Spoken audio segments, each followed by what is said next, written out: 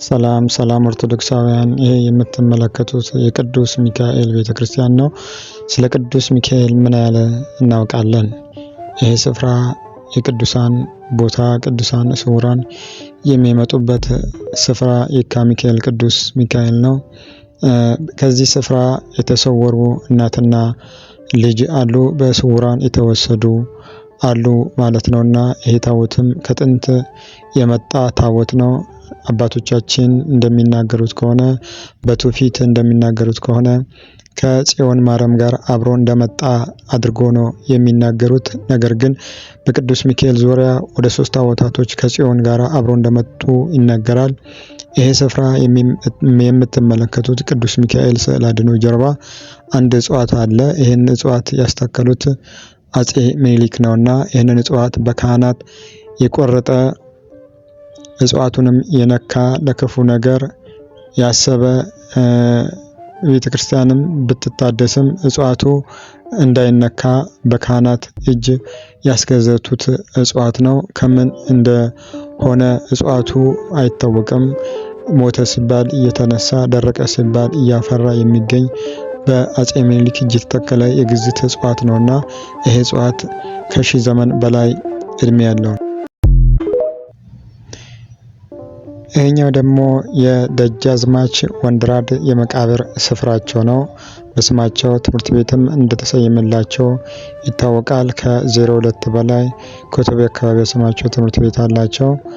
አጋጣሚ ሆኖ የዚህ ደግ አባት መኖሪያ ቤታቸውም ከቅዱስ ሚካኤል አለፍ ብሎ ያለ መኖሪያ ቤት ነው።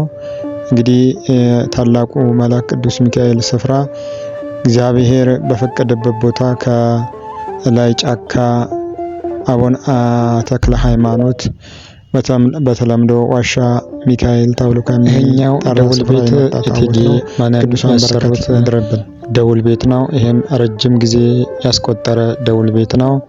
የቅዱስ ሚካኤል ቤተክርስቲያን ፊት ለፊት ያለው ደውል ቤት ነው። ሁላችሁም የምታውቁት የንግስቲቱ ስም ከላይ ተጽፎበት ይገኛልና አባቶቻችን ቤተክርስቲያንን ደውል ቤትን እንዲህ ረጅም ጊዜ እንዲቆዩ ያደረጉት በጥሩ ሁኔታ ተሰርቶ ለትውልድ እንዲተላለፍ አድርጎ በመስራታቸው ነውና የነሱን በረከት በሁላችን ላይ ይደርብን። የቅዱስ ሚካኤልን በረከት ይደርብን። የፊት ለፊት ደግሞ ክርስትና ቤት የአካባቢ ወጣቶች ያሰሩት ነው። የነሱም እግዚአብሔር ይቀበልላቸው ድካማቸውን ማለት ነውና ሌላውም እንደዚህ ባጫጭር ታሪካዊ ቦታዎችን የምናሳውቃቸው ይሆናልና ላይክ ፎሎ በማድረግ ቤተሰብ ሁኑ ማለት ፈልጋለሁ። የቅዱስ ሚካኤል ወዳጆች ሁላችሁም ማለት ነው። ሌላው የቅዱስ ሚካኤል ታቦት ከደብሩ አይወጣም። በሱ ምትክ ሌላ ታቦት ነው የሚወጣው። ምክንያቱም በዚህ ዘመን የእግዚአብሔር ንጹሕ ካህን በመታጠቱ ታቦቱ በኃይል የማያስጠጋ በመሆኑ ከታቦተ ቅዱስ ሚካኤል ውጪ እየወጣ ነው የሚገኘው። ማለት ኦሪጂናል ታቦቱ አይወጣም ማለት ነውና ከቅዱስ ሚካኤል ቤተክርስቲያን በስተጀርባ በጥቁር በር የተጻፈ ሰዎች እየተሳለሙ የሚያልፉት ቦታ ነው። አንድ አባት ብቻ ናቸው ገብቶ የሚያጠኑት። እሳቸውም በማርጀታቸው አሁን አይታጠንም። ደፍሮ የሚነካም በመጥፋቱ ብዙ ደባዎች በቤተክርስቲያን ላይ ተፈጥረዋል። ታቦቱንም አውጥቶ በመሸጥ ተስማምቶ የነበረው አንድ የደብሩ አስተዳዳሪ ከዚህ በፊት አንድ አባት ነበሩ።